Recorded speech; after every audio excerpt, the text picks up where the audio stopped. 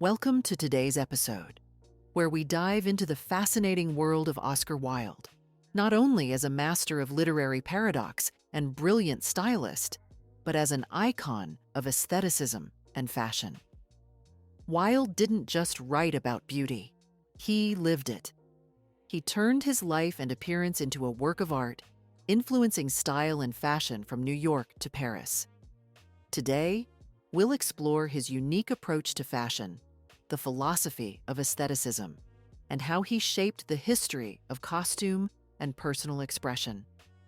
Aestheticism, as a movement, emerged in the mid-19th century, heavily influenced by the pre-Raphaelite Brotherhood and thinkers like John Ruskin and Walter Pater. The idea was simple, yet revolutionary. Art exists for its own sake, free from moral or social obligations. This philosophy, which Wilde championed throughout his life, sought to bring beauty into every aspect of existence, including how one dressed, decorated their home, or even carried themselves. Oscar Wilde, a student at Oxford, was deeply inspired by these ideas. He admired the pre-Raphaelite emphasis on medievalism, intricate design, and vivid color. These influences became the foundation of his aesthetic vision, where he rejected the dullness of industrialized Victorian England and embraced the artistic and historical richness of the past. Oscar Wilde's wardrobe was as flamboyant as his wit. He refused to conform to the dull and rigid norms of Victorian men's fashion. Instead, he sought inspiration from the silhouettes and colors of medieval and Renaissance clothing, as well as the elegance of classical antiquity.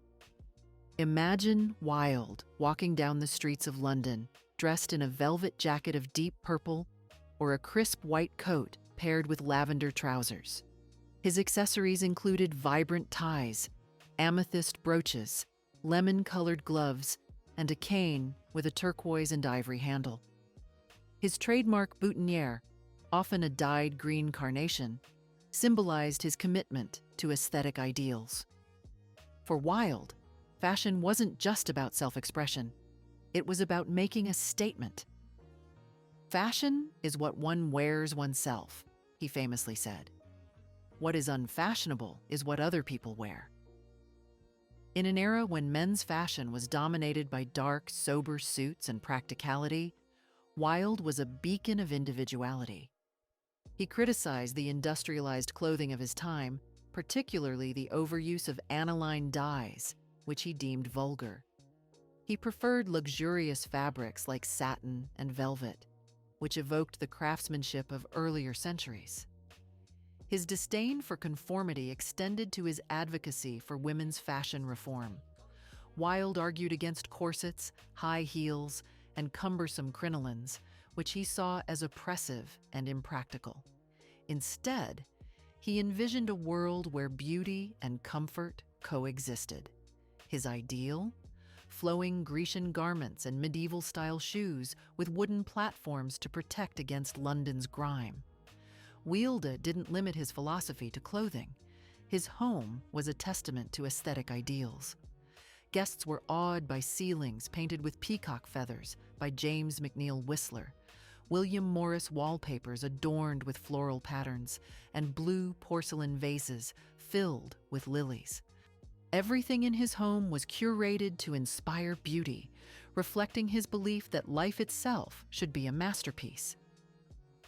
When Wilde toured America in 1882, he brought his aesthetic vision across the Atlantic.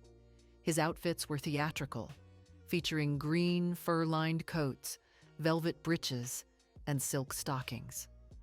American audiences, both amused and fascinated, often remembered his appearance more vividly than his lectures.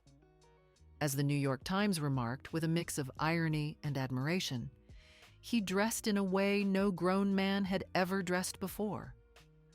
Wilde's ability to provoke thought and laughter ensured his legacy as a cultural icon. Even his choice of accessories, like a sunflower or lily carried in hand, became symbols of the aesthetic movement. Oscar Wilde's commitment to beauty in every aspect of life cemented his place in history, not just as a writer, but as a style pioneer. His witty remarks, such as, "It's bad enough being talked about, but even worse not to be talked about," encapsulate his approach to fame and fashion. Even in his final days, Wilde remained true to his aesthetic principles. In a shabby French hotel, he reportedly quipped, "Either these wallpapers go, or I do." His dedication to beauty, even in jest, defined his character to the very end. Oscar Wilde turned his life into a canvas, blending literature, fashion, and philosophy to redefine how we view beauty. His belief that art improves life resonates even today. Whether it's through his flamboyant clothing, his elegant interiors, or his timeless wit, Wilde reminds us of the power of individuality and the importance of bringing beauty into every moment. Thank you for joining me on this journey through the life and style of Oscar Wilde. If you enjoyed this episode, don't forget to like, subscribe, and let me know your thoughts in the comments. Until next time, remember, style is more than what you wear. It's how you live.